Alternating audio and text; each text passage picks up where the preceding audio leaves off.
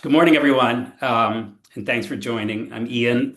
Welcome to, I guess this is now the fifth monthly civic webinar, where we actually have the esteemed, none other than the esteemed. We have a guest speaker here, and that is none other than retail contrarian Michael Berne, who I'm sure many of you know from his exemplary work doing retail strategy for many downtowns throughout IDA and many cities and many economic development organizations. Mike, if you want to say hello and introduce yourself.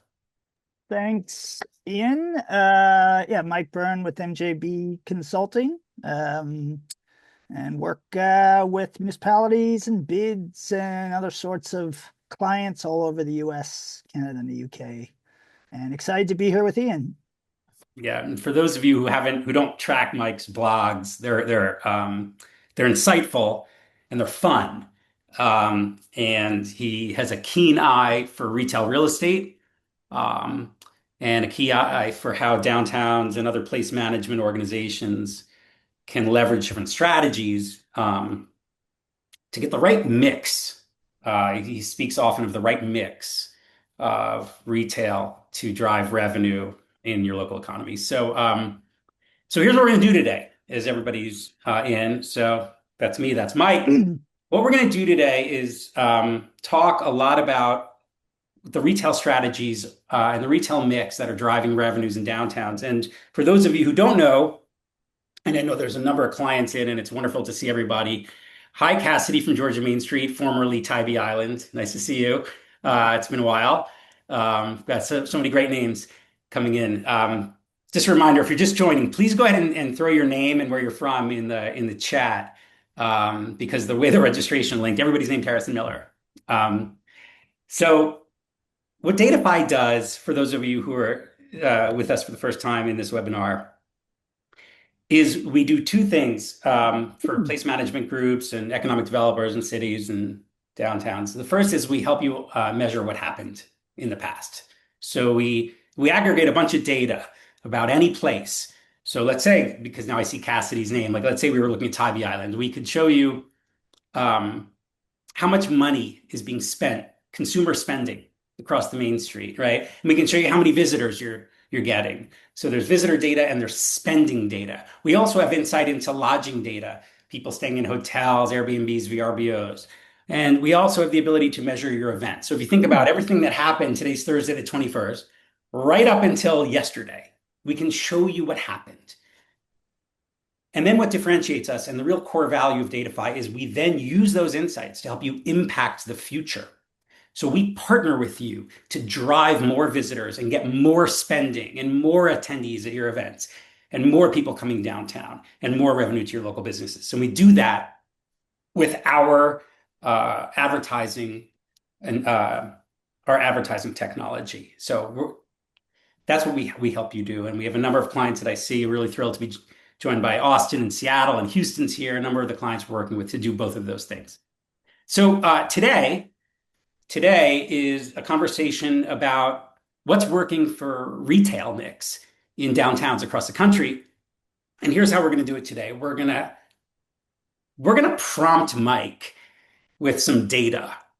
And then we're going to hear what Mike has to say in feedback on the data. And if you haven't attended any of Mike's sort of talks or blogs or anything, you're in for a treat, because he views data and reality through a lens and spins it all into something that I think we're all going to understand and benefit from. So with no further ado, with one further ado, is at the end of the conversation, which is going to last like 20 minutes or so, we're going to reveal a new tool, new technology that's on our website. That's a free tool that will show you spending trends for downtowns across the US. There we've put 100 downtowns up on a website. It's a free website, and you'll all be able to access it and poke around. So, okay. I guess last ado. Every question you have that comes to mind, go ahead and throw it in the chat. And we left a bunch of time at the end for a Q&A, sort of just an open forum. So as you think of things for Mike, for myself, for others, if you want to share a question about your particular community, just go ahead and throw it in the chat. All right, Mike, you have been quoted, yep, as saying the food and beverage space is in transition, and in some cases, actually in turmoil. I've heard you say this. Now, let's look at some Datafy spending data. And by the way, spending data at Datafy is we're looking at the credit card transactions that occur in any downtown or district across the country. So, looking at downtown Santa Monica, something that's particularly interesting, it's dining and nightlife that's actually going up in terms of the average amount of money being spent per person who visits downtown Santa Monica. Okay, and this is looking at March of 2026 compared to March of 2025. When we look at downtown Houston's spending data at the district level, it's interesting.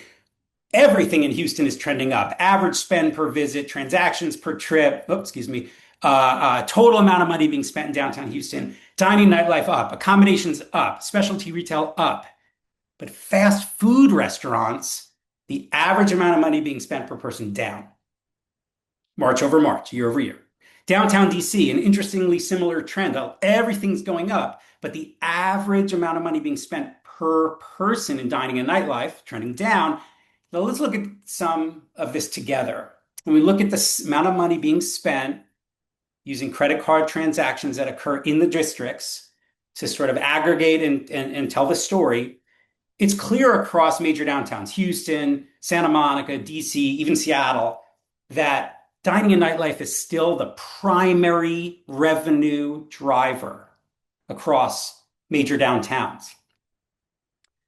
But in terms of what types of dining and what types of nightlife, tell us a little bit about the trends you're seeing that cause some downtowns to really benefit and rake it in when it comes to dining, and others to see a shift in how those dollars are coming in. Yeah, thanks, Ian. You can hear me all right, right? Everything good? Yeah. Okay. Well, yeah, I want to go through some of the most important categories in food and beverage, and I apologize if you've heard some of this before. And I also apologize to Ian and Hannah because you might worry that this will go on for a little while. This will be far shorter than my other sets of comments later, but food and beverage is obviously very important to our downtowns, right? And so I do want to give it its proper due. Ian, if you can go to the next slide, I think. Yeah, and I'm going to go completely out of order here, and be a little bit difficult in that way. I'm going to start with alcohol because that's probably the one that you've heard, that you most likely have heard about. Just a few little factoids. Gallup polling shows percentage of U.S. adults who say they drink alcohol is just 54%. That's the lowest level since at least 1939. And those who did say they still imbibed reported drinking less. 56% of U.S. adults have reduced alcohol consumption for wellness or lifestyle reasons. The biggest drop is in beer. 34% claim beer is their alcoholic beverage of choice. That's a record low. It was 47% in the early 90s. And it's even lower among households earning 100,000 and up, which tends to be heavily represented in our downtown trade areas. But it's not just beer. Total U.S. wine consumption down 16% since 2019. And as many of you have undoubtedly noticed in your downtowns, happy hour seems to have faded, if not disappeared entirely. The average American is spending 24% less time socializing and communicating with each other on weekdays than a decade before. And that's up only 2% since 2021 in the middle of the pandemic. And specifically for downtowns, obviously Gen Z, they're the ones that are front and center now that the millennials have started families and suburbanized. And they're drinking 20% less than their millennial predecessors, especially beer. And one important qualification here, millennials drank a lot. I mean, a lot more than Gen X, certainly a lot more than baby boomers. Millennials drank a lot. They fueled the craft beer boom. So Gen X drinking 20% less, perhaps not as dramatic as it might seem, although even on a per capita basis, they are drinking less. And those millennials, meanwhile, the big time drinkers, they're aging out. I mean, yeah, they're starting families, they've suburbanized, they probably drink more than your average suburban household, but still, they are not singles in the city anymore. Um, and you're seeing this also in the craft beer space. There's a net 2.9% decline in the number of craft breweries in 2025, 300 open, 481 closed. That's compared to the peak year of 2016, where over 1,000 opened and only 100 closed. So craft beer is definitely matured as a space. It's not disappearing, but it has matured. The growth phase is over. And so what you're seeing, and what I'm seeing a lot of in the downtowns where I work, are new ways of driving traffic through alcohol or similar sorts of beverages. There are certain types of alcohol which have remained popular, margaritas and also other agave spirits, mezcal, very popular. Japanese listening bars, starting to see honky tonk nightlife is having a moment. And also the craft breweries that have their own kitchens. They're not relying on food trucks outside on the sidewalk. The ones that have their own kitchens are a little more stable. Let me move on to sit down restaurants. And we've got some worry with independent restaurants in particular. The number of independent restaurants nationwide is down 2.3% in 2025. Full service independent restaurants down 2.6%. And also worrisomely, their pricing elasticity has all but evaporated. That means the added costs they're paying on pretty much everything. I mean, the average food costs have gone up 35% since pre-pandemic times. Those costs they have to pretty much eat, no pun intended. They cannot pass it along to you anymore, the customer. And that hits margins, and ultimately it hits viability. And they're feeling that decline in alcohol consumption. It's even more acute in downtowns as there's larger percentages of Zoomers. These independent restaurants are getting hurt by reduced tourism. We all know some of the reasons for that. There are some bright spots, more low-key, chef-driven neighborhood restaurants, kind of all-day cafes, as well as Asian cuisine. Both are actually on the rise. Ian, I'm okay. You didn't. I thought you shifted forward to tell me quick. Get going. Let me move to fast casual eateries. And as you might expect, these continue to grow, almost 16% increase in number of units since 2022. But a couple of the pretty prominent names that we are particularly acquainted with in urban downtowns, they reported softer foot traffic and sales in 2025, most notably Sweet Green and Chipotle. For a while, Cava, although they seem to have recovered nicely. A lot of potential reasons for this. Pricing increases since 2022. You're now paying $15 to $18 for a salad. Why not go to a sit-down restaurant? And 25 to 35-year-olds in general have pulled back a bit on spending. But also, I wonder whether it's partly that these brands, they're starting to expand their footprints into second and third tier markets. You used to only see Sweet Greens in first tier coastal metropolitan areas. Now you're seeing them in a far greater number of metros, and that might have something to do with it as well. Coffee and bakery. U.S. cafe foot traffic is down 22% since pre-pandemic times. And as you well know, Starbucks and other large brands have been shrinking their downtown footprints. But in many cases, they're being backfilled by smaller local operators. So I think actually it's a net gain for a lot of our downtowns. You're seeing a diversification of the kinds of coffee houses and kinds of coffee. And in particular, and this is one I'll be watching closely, I think what we are starting to see is a shift away from these minimalist artisanal coffee houses with their serious third wave coffee, a real millennial thing, towards lighter, less fussy spaces with less caffeinated, often heavily sweetened beverages. Sometimes with an Asian or Middle Eastern influence, rising profiles of chai, matcha, ube, black sesame, as well as Yemeni coffees.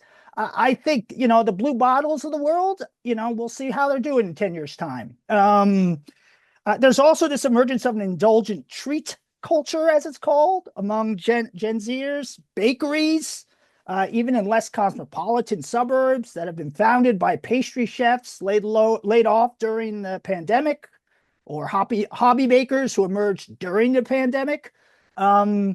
And two particularly trend-driven kinds of bakers we're seeing, the ones, and you undoubtedly have at least one, if not more of these, large, overly sweetened cookies. We all know about those. And me and Ian are both very happy about this, a spread of higher quality hand-rolled kettle-boiled bagels. Although, as you might imagine, a lot of this is prone to faddishness. Remember cupcakes? Remember froyo? Froyo's actually might be coming back around, but this is a very faddish space. God. And then the last thing, and then I'll be done. Movie theaters. 38,000 US screens in 2024. That's down 12% since 2020. And box office revenue is down 24%. But more importantly, what we are seeing is that the major theater exhibitors are surviving. And you might ask why. Well, Yep. what they're doing are these smaller auditoriums with much higher price seats, which is great for them. But what it means for us is there's fewer people in those seats and thus less spin-off of foot traffic to the rest of your downtown. Plus, these newer formats have their own F&B. They have in-house restaurants and bars, less cause to leave. Both of these factors, they reduce benefit in terms of footfall and patronage for the rest of downtown. And I do wonder whether all these new bells and whistles are going to become commodified and become just table stakes.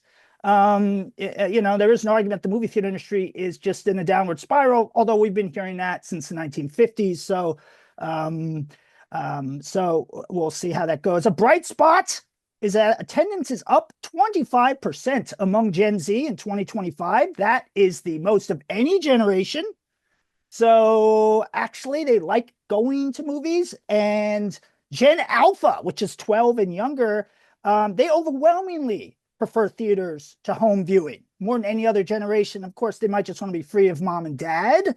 That might be part of it. But still, these are some bright spots. And then, of course, we still have about 250 nonprofit movie theaters nationwide, particularly when you've got a devoted and well-heeled clientele that's willing and able to support that model. So all is not lost.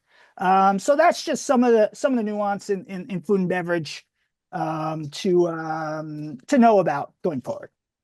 Thanks, Mike. And for those of you curious, you just got to experience firsthand what I experience once a week when I meet Mike for lunch. Just up the road here in Berkeley, and usually I'm done with my lunch, and he's just getting to the bright spot of the car, right? Yeah. So that's like my weekly dose, and I'm glad I was able to share it with you, Mike. Specialty retail. Yes. By the way, that was amazing, and yeah. In all seriousness, that's the kind of insight that provides the color to the spending data that we're offering. Yeah. It's the why, right? It's the why. Like we can provide every downtown with insight into how much money is being spent in all these major business categories, and we do. But understanding the trends that are going to influence that spending on the go forward is so interesting. And so we'll move on. Specialty retail. This is another thing. Specialty retail.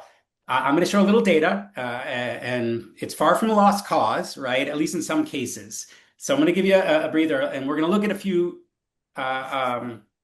districts across the country. So specialty retail, in some cases, we're seeing a decline in the in the amount of credit card transaction. That's where our data comes from. So the insight into how much money is being spent in specialty retail shops. And in certain cities, downtown San Jose, downtown Delray Beach, Fisherman's Wharf, we're actually seeing a little bit of a decline year over year, and then an increase in other places like Austin and Hoboken and even Corpus Christi. Downtown Austin, I think someone is on the call. This is an interesting insight. This is a little look at a Datafy data dashboard for spending in downtown Austin. And what you'll see, Mike, is that in the communities and the districts where we're seeing strong hold and increase trend line for the spending across the businesses that are categorized as specialty retail, we tend to see a correlative strong number of repeat local visitors, right? It's not necessarily the overnight people that are spending the money and the people coming from 100 or north of 50 miles away, but it's actually the local community right? That is that is fueling those specialty retail businesses. And one of the things that we do, and something that we're doing even with Austin, is they're leveraging our advertising technology specifically to reach out to and communicate with people who live in the metro and let Yep. them know about all the great things that are going on in downtown Austin, even while there's construction and all the other things that might otherwise negatively impact and keep those businesses um, in good standing. So, Mike, you're working in a number of different cities, large downtowns like Portland and mid-size like Cedar Rapids, and some suburban downtowns like Redwood City, and also a town that's a former home to me, Ithaca, New York. So let's talk a little bit about specialty retail. And Hmm. specifically, what are some of the local leaders that you're working with doing to make sure they have a strong economy across those local businesses doing specialty retail for their communities? Yeah, thanks, Ian.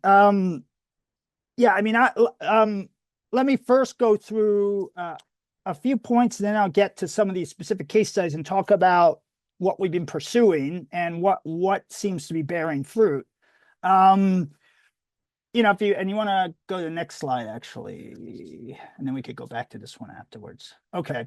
Uh, I spend a lot of time in many downtowns, not all, impressing upon clients and other stakeholders that no, not all specialty shopping happens online. Um, it ha E-commerce has definitely had an impact, and I'll get to a little more of that in a moment. But there are opportunities for a subset of downtowns to build or rebuild their collection of shops. One type of retail which is clearly preferred in person and not online, anything that offers a kind of treasure hunt or browse-worthy experience. I'll give you a few data points there. We have started buying secondhand goods en masse, right? This is no longer just a niche market. It has lost its stigma, and it is now it is a kind of shopping that is now done from low to high income. And the share of secondhand goods in shoppers' wardrobes up 7% since 2020 to about 28%. The number of vintage and resale stores up 2.6% in 2024. I'm showering with numbers because numbers are important, far more so than anecdote. Um, and it's not just clothing, physical media like cassettes. Some of you on the call probably don't even know what those are. Cassettes, CDs, DVDs, VHS has surged since 2021, up 5% in 2024 alone. And of course, many of you are probably aware of the revival of brick and mortar bookstores. Certainly independent bookstores for a while now have been growing in number, but now Barnes and Noble is expanding again, right? And not for nothing, Amazon Books is no more. Just saying. That people who know how to run bookstores are doing very well, right? So, the shift back to brick and mortar e-commerce right now accounts for about 16.4% of total retail sales, versus 8% in 2016, but the rate of growth has slowed considerably. And so we might be starting to see that stabilize. At some point, you realize there's only so much we're willing or wanting to buy online. And we might be approaching that point. Finally, and this is a bit of a shocker, Gen Z favors physical stores. They spend a greater percentage of their discretionary dollars in physical stores than older generations. So another abrupt switch from millennials. 58% of Zoomers shop at malls often. That's twice the rate of baby boomers. But it's not just malls. They're also shopping on streets, in downtowns.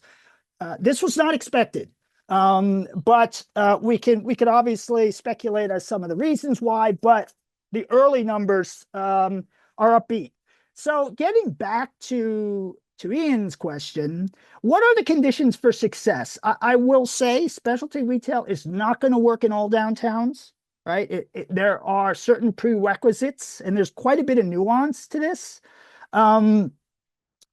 just quickly, some of what's important is to already have some specialty shopping because retailers, when they decide where to open, they want to go where others just like them already are as a matter of mitigating risk. And that's a concept known as co-tenancy.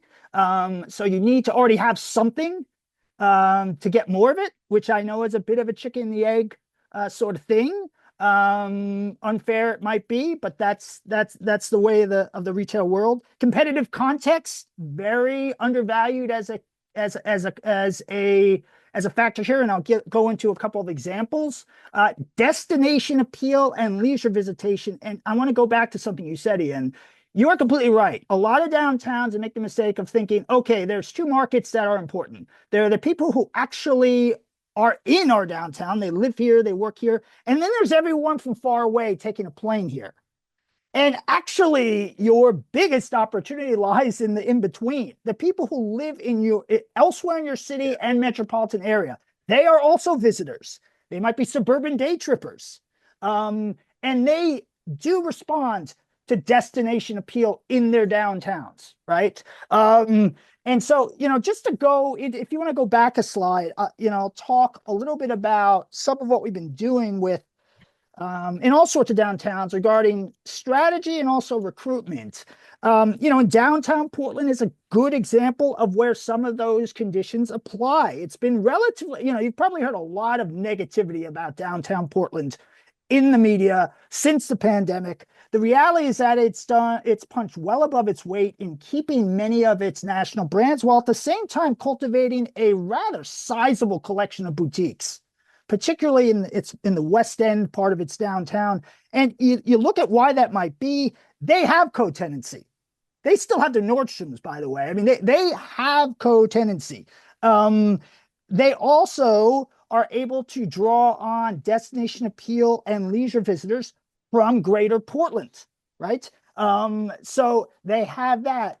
And they also have co-tenancy in specific niches: luxury, menswear, proto-hipster, Japanese, Asian, and they're able to leverage that as well. And now they're trying to push the out-of-town tourism angle with the new James Beard Public Markets. I didn't know this. James Beard is originally from Portland. That's where he developed his love for food. They are trying to leverage that. It's a very smart play. But in any event, that's an example of a downtown which actually has some of those conditions you want to see. I'll now turn to Ian's alma mater of Ithaca. Well, graduate school alma mater, correct? Ithaca. Very, very cold place, but actually a cool little town of some 30,000 people in upstate New York. Home, obviously, of Cornell, but also Ithaca College. And there, the downtown tenant attraction we've been working on pretty actively. It started to pick up steam, and there's a few reasons for it. One, it's a captive market. Ithaca's nowhere near a freeway. It's 30 minutes from the nearest freeway along a two-lane road. So it's a captive market, and it's pretty much the downtown, the only game in town for smaller specialty shops in a walkable setting, right? So competitively, downtown has some innate advantages, and also it does get leisure tourism. You've probably heard Ithaca is gorgeous, the play on word, and all that. But it gets a decent amount of leisure tourism, so it's ripe. Now, by contrast, you look at downtown Cedar Rapids, Iowa, and I've been working there too. And it struggles to attract specialty shopping of any kind for a couple of reasons. One of them, good. They've been so successful at attracting specialty shopping to two of the adjacent neighborhoods, immediately adjacent neighborhoods, right? So if you are a boutique and you're thinking of opening, it's so much more compelling to open in one of those adjacent neighborhoods, right? And Cedar Rapids, yes, it's the home of the artists who created American Gothic. It's also the home of Ashton Kutcher and Ron Livingston, but I will concede it's not a major destination for leisure tourism. And so it struggles. Similarly, I'm working downtown Houston, downtown Redwood City. Both of them have struggled mightily to attract specialty shopping because they've got no co-tenancy to work with. And again, I realize that's a bit of a chicken and the egg conundrum, one that you can handle in a number of different ways. but it really puts you behind from the beginning. And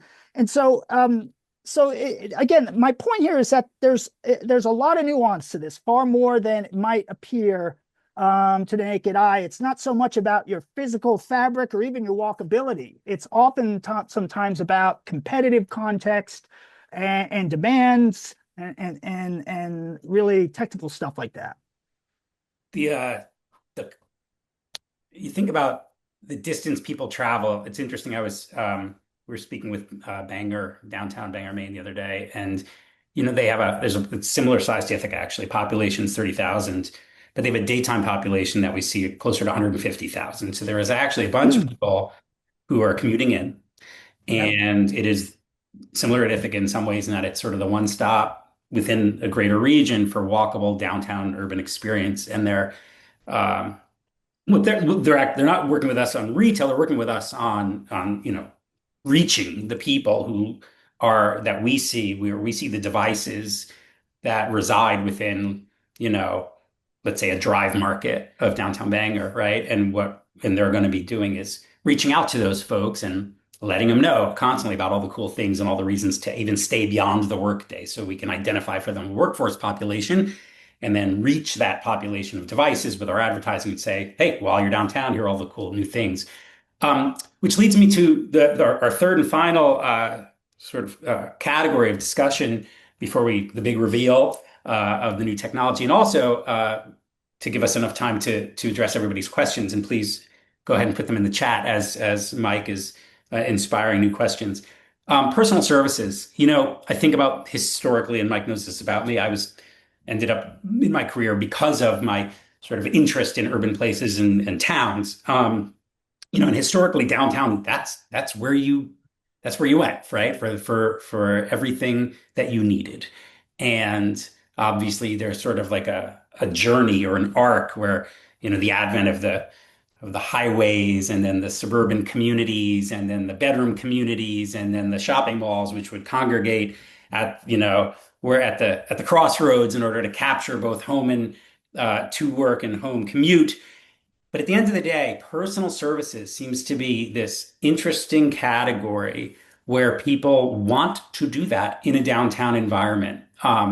And we're seeing an overall increase in not only visit, but spending, dollars spent at local businesses where in personal services year over year in places like Adams Morgan in DC, right? A walkable neighborhood, downtown Berkeley, and even downtown Bangor, as I just mentioned. And then in some other cities downtowns that used to have a strong personal services economy, we're seeing actually decrease in overall revenue. In fact, if you look closely at Adams Morgan, one of the things that we'll do with our clients is we'll say, look, personal care and businesses, there's a jump in spending of 90% year over year. They're now spending an average of $143 each spend in Adams Morgan's downtown. And then you can look at an interesting correlative, which is local versus visitors spending, right? In this case, the spending is actually coming from of what we're calling locals are seeing there's 28% is local visitors 50 miles, right, is 71%. So it's sort of the inverse of the expectation. So sort of like the Banger model, it looks like they're able, because they offer this unique setting, to attract a lot of people who are coming there and ultimately spending money on personal services. So back to Hmm. Mike for your third course, as it were, of this sort of third meal of the day. When it comes to personal Yeah. services, Mike, some categories and some downtowns are capturing so much more revenue, even than the amount of money being spent on those services in the rest of the city. And this is something I'll show in our tool in just a few minutes. But what are the sorts of categories that you're seeing with your clients that are working for downtowns? And how has the personal service industry changed Yeah. in downtowns? Take it away. Yeah. So, I think one way in which it's changed somewhat subtly is that, to oversimplify, you've had a rather dramatic decline in the number of office workers. and at the same time, a continued rise throughout the pandemic, throughout the supposed urban doom loop of residents. And so, both of those demand segments, consume personal services, but sometimes there's differences in which ones, or there's differences in the kinds of ones that they gravitate to. Um, um, so if you look at some of the categories that are particularly popular, you might remember this brand from a few years back that was getting an awful lot of attention called Peloton, barely with us anymore, but that was predicted to be the future of fitness. Of all the things that observers got wrong about how retail was changing during the pandemic, that was perhaps the biggest the biggest mistake because uh, people came back to fitness centers in droves. It seems we prefer to sweat in the company of others. And so there has continued to be an increase in fitness centers, boutique fitness studios. In fact, this category accounted for 30% of the service-based leases in 2025 Wow. versus 20% in 2016. So they are taking up an ever-growing share of retail space in our downtowns. Beauty salons and spas, and this one has expanded big time. Obviously in the 2010s, we started getting a ton of blow dry, waxing, eyebrow threading. Then towards the end of the decade, the cosmetic dermatology. Now we've got all these medical wellness uses like IV hydration, red light therapy, cryotherapy. And right now, it's not so much to say that yoga classes and facials are a more common sign of status in a lot of our downtowns and cities than luxury handbags, right? I mean, that is clearly where status has gone is in the direction of wellness. And I don't know if Gwyneth Paltrow was well ahead of the curve here, but it has definitely become more and more prominent over time. You've also got the medical, dental, and veterinary that we've been seeing for a while. And two other categories which, had pretty much been left for dead not long ago are showing odd signs of revival. Bank branches we once had in 2012, 83,000 bank branches across the country. By 2024, that had dropped to 69,000, 17% drop for obvious reasons. We don't really do our banking in person anymore, at least below a certain age. But now in the dust, we're starting to see select banks growing their branch networks again. The spaces they are occupying are not anywhere near as large. They don't need 10 tellers anymore. But still, you've got Chase, Wells Fargo, PNC Bank, Fifth Third Bank, and a ton of community banks that are continuing to open branches. So that's kind of showing some signs of revival is a little bit too strong. But there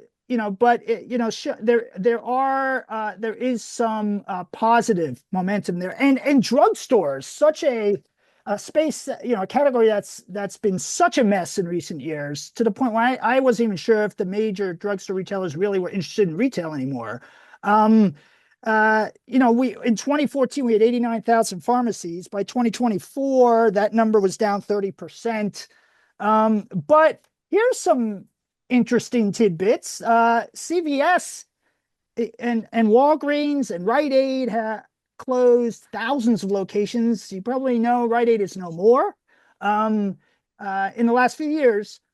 And yet now CVS is going to be opening 60 new stores this year with plans to shutter just a few dozen.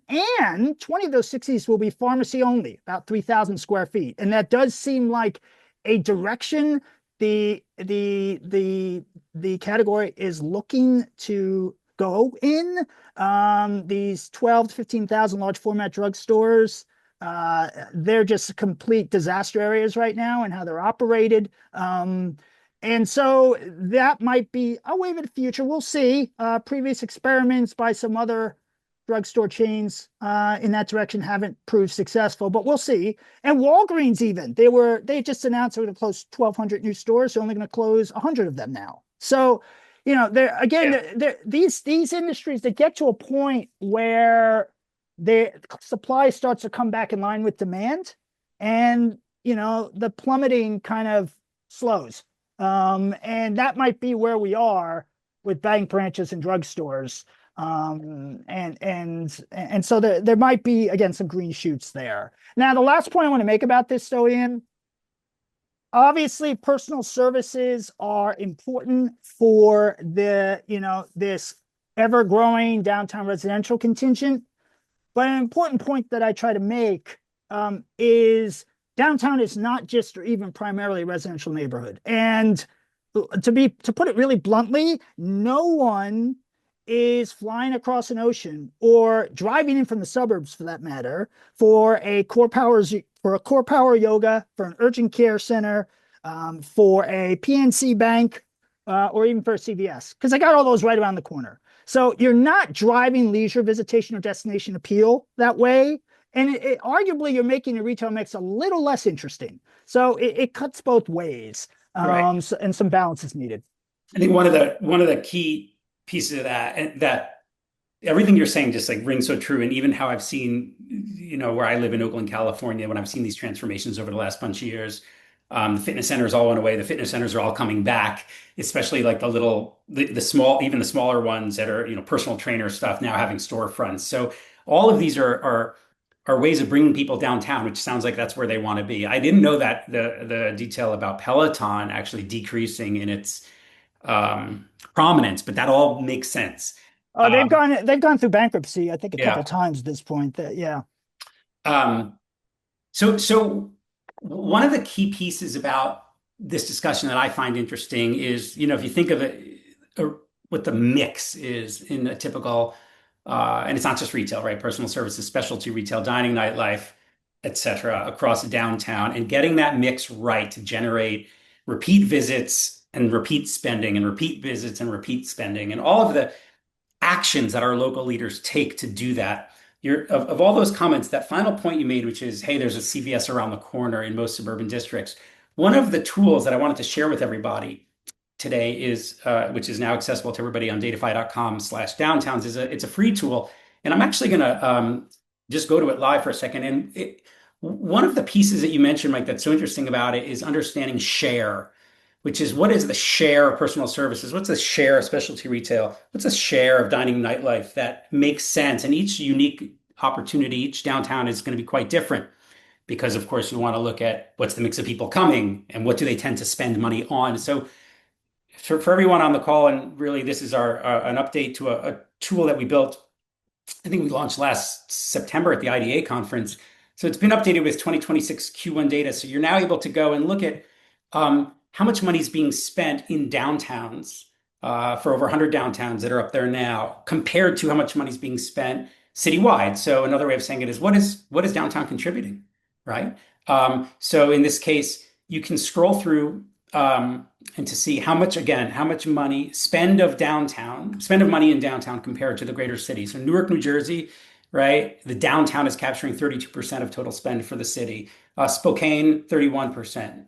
If you want to dive into some deeper insights, scroll down to the lower half of the page and there's a drop down menu. And so if I wanted to look at Austin, I think they're on the call with us today, right?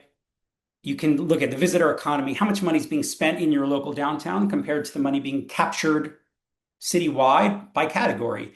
And you can look at local business performance. So we've provided dining and nightlife as an insight as part of this free tool. You can see again, for any of the 100 downtowns that we've posted, the amount of capture, how your downtown is performing relative to citywide, that as well as where are the visitors living who are spending the money, right? So in Bangor, we're discovering that it's the visitors that aren't necessarily living in the downtown, but are coming in every day from elsewhere. And that's where their advertising targeting is going. So this tool is now available for everyone on datafy.com downtowns. You're welcome to check it out.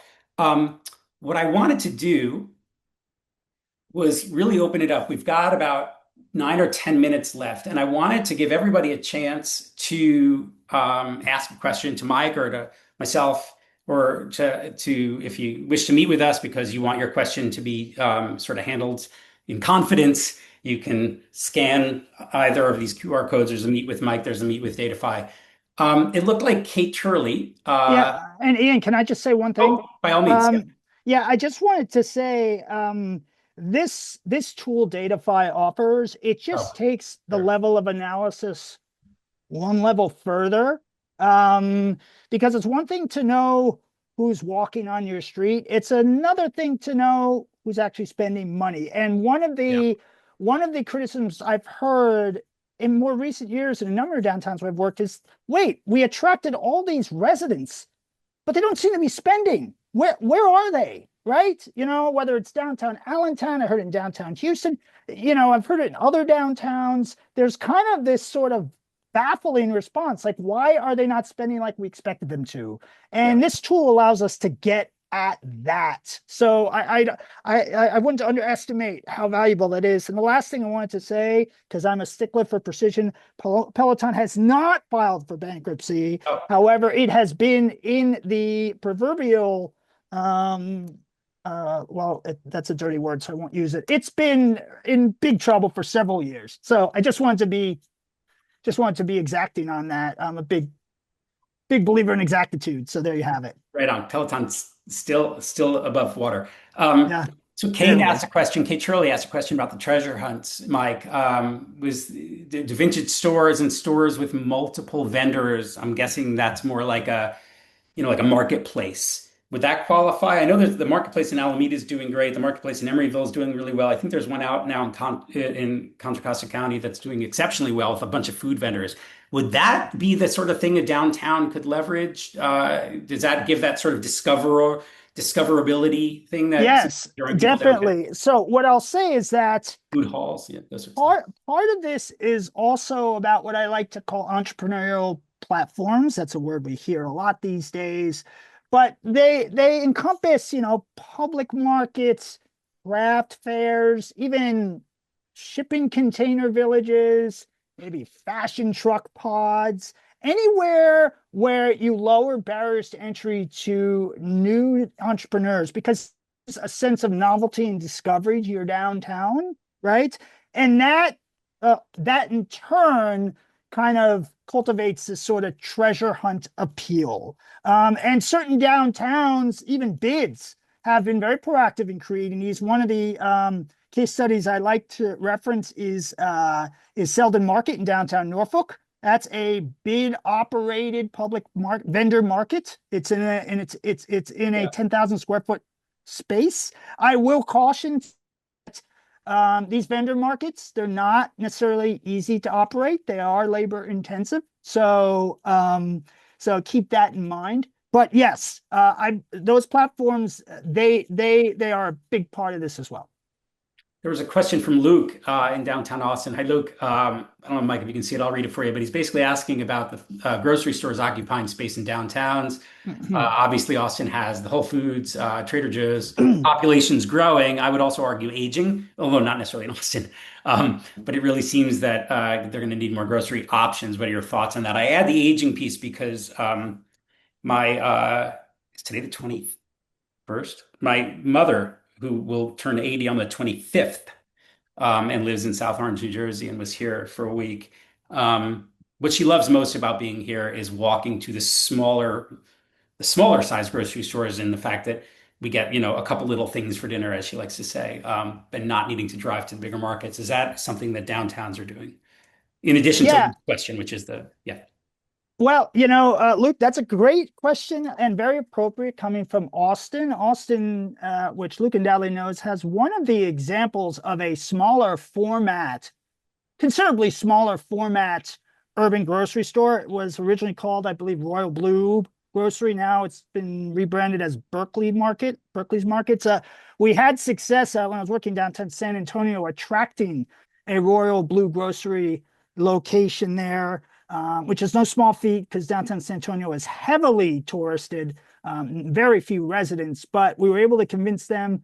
And so those models are in some way the ideal, but they have been uneven in their viability. There was a big one out of Chicago, which I'm sure many you knew about before it met its kind of surprising demise. Like last year, I believe it was. And so it's obviously a hard market, a hard model, given the low profit margins of the grocery store space. The other one we're keeping a watch on, Whole Foods has started to open these smaller, 7 to 10,000 square foot stores called Whole Foods Daily Shop. They started with a number of stores in New York City, not surprisingly. I believe they've started now opening in DC, and they're probably going to focus for some time at least on these larger first tier markets. But I think the idea eventually is to blanket a lot of our downtowns with this sort of model. We'll see how it ultimately goes. So far, it's been successful enough for them to continue with the model. But obviously, it's still early days. Yeah, it seemed to be a model of there. It used to be grocery stores chased commuters, right? In fact, if you look at the sort of history of development of land acquisition and land speculation for some of the largest grocery store retailers, especially in the 80s, not throughout the 90s even, they were buying land again at the intersection of like basically where the big road leaves the central business district and hits the suburbs, right? And at the exit ramp. So that what they were doing is buying the land on the homebound commute side of the road because that's where your people who are leaving work on their way home, that's when they're going to the grocery store. So they were literally the price per square foot of land as purchased by grocery retailers it was on the return commute route side of the road. They didn't not the on the way to work side of the road. That was, 10 cents on the dollar compared to the homebound commute. So thinking about grocery stores and placements in downtowns, if the downtown is also aiming to become sort of an after work destination, is sort of an ideal complement. There's a Trader Joe's not far from where I live, and it's adjacent to the train. And everybody, between 5 p.m. and 7 p.m., it's mobbed because everybody's just getting home, and that's where they go. So it's a great way to bring people as part of their daily life, the pre-dinner hours. If you have the grocery store that suits them, it's ideally situated in the downtown. And by the way, just for precision, the Chicago-based small format grocery chain, which shuttered unexpectedly, it was called Foxtrot Market, and some of you might be familiar with them. They had already expanded into Texas, and then it all went to kaput overnight. So my point here is that it's far from a no-brainer. Grocery stores are hard enough to operate as it is, and then when you shrink the size and put it in an operationally challenged environment like a downtown, it's even a tougher go. But just wanted to add that. I liked Abel's comment. You're in the right. You have the right audience here for puns. I promise you that. Michael, sometimes I feel like you have like a little analyst, like just sitting under your desk, like biting your ankle when you get something wrong. I do. Well, I worry is that someone will look it up afterwards and they'll be like, "That guy, what was he talking about?" Yeah. And that hurts my credibility. So, Nothing could be further from the truth. I want to thank Michael for joining us. It's always a pleasure. It means that I don't have to meet you for lunch this week because I got my update. And thanks everyone for joining, and thanks to Hannah and the team for making this happen. Again, one of the reasons that Datafy is working with so many downtowns now and prevalent in IDA and is because of the two things, right? That Mike is here to say, here's what's happened and here's what he thinks is going to happen. And that's what our technology does. We help you measure what happened. And then we use those insights to help you have more success tomorrow, Thursday, May 22nd, than you did yesterday, Wednesday, do the math, May 20th. So that's exactly the purpose of this discussion, is for Mike to color the data with the insights about the trends that are going to be impacting downtown success going forward. So thanks everybody for joining. And thank you, Maria. Thank you all very much. Have a wonderful rest of your day. And oh, I forgot. And I would bite my head off right in. Okay, next up, next month's Civic webinar is Datafy, speaking of tinkering under the table, Datafy has been tinkering behind the scenes. And we have a very, very exciting announcement. And if you have a minute and can register for our webinar, which is going to occur Thursday, June 25th, can't say too much about it, but here's what I can tell you. We have built a new technology that is now going to be available to you all that you can use to measure the activity in your downtowns, the foot traffic in your downtowns with a extraordinarily high level of accuracy, and it gets you right to the minute by minute in terms of, so if you've got an event in your downtown, you got a watch party coming up, you've got, in your district, you've got an open space, you made a public investment, or you made an investment in a public space, and you want to see how many people show up, we have a technology for you. That's where I'll leave it, but please join us next month. We're very excited about it. And thank you very much again for joining us, and have a great day.